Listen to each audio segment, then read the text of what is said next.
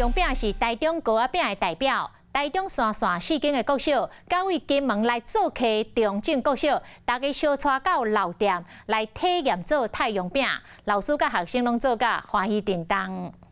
擀均以后呢，再把它擀好的面团卷起来，卷成一圈一圈的。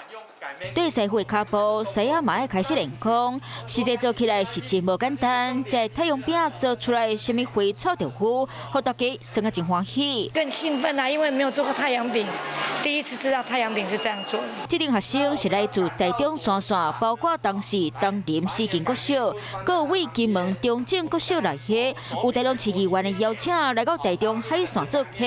啊，这一站手工太阳饼的体验，让大家感受到故乡的美丽。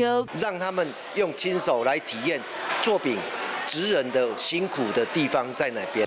今仔现在太阳饼每一喙拢食到幸福滋味，啊，这摆做饼新鲜的体验，让大家拢感受到高高的人情味。 Hello， 大家好，我是乃瑜，要教给大家2个任务。第一个，华视新闻的脸书专页，你按赞了吗？